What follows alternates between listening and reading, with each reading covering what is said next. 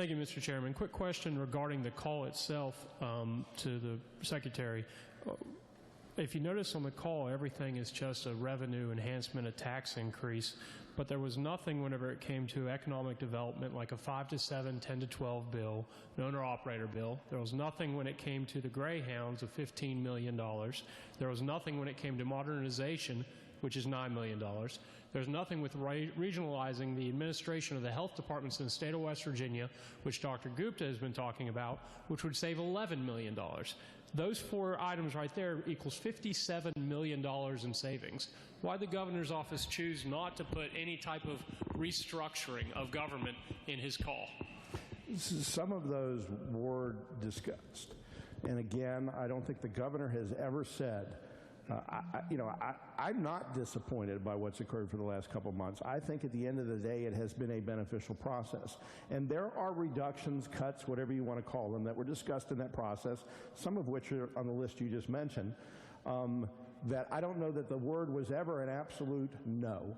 It was that, again, getting back to my earlier point, even if you're going to do some of that, and we are willing to participate in looking at some of them and doing some of them perhaps, we still believe at the end of the day, the plans that were being presented was not enough baseline revenue and too much one-time money.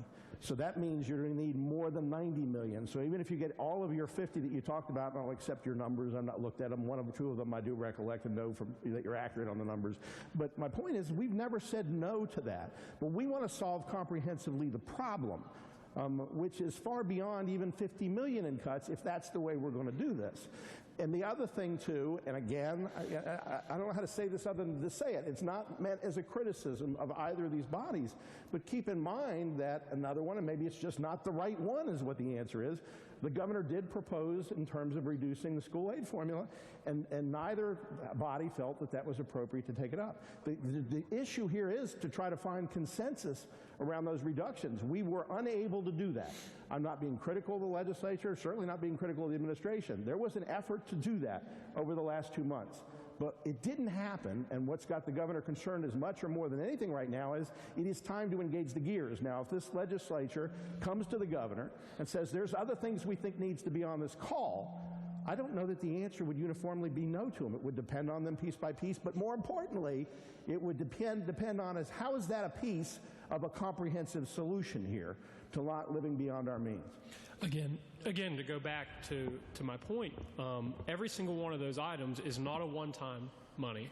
Every single one of those items is reoccurring. So it would help with the budget moving forward.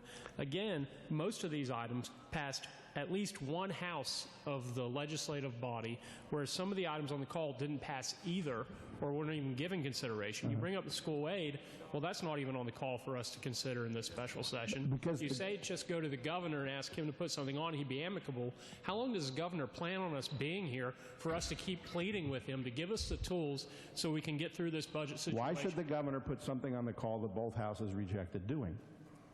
When you say the whole House but let me also suggest this. There are other things on the call that I think the parties would potentially agree to that we've done in the past, the infrastructure reductions.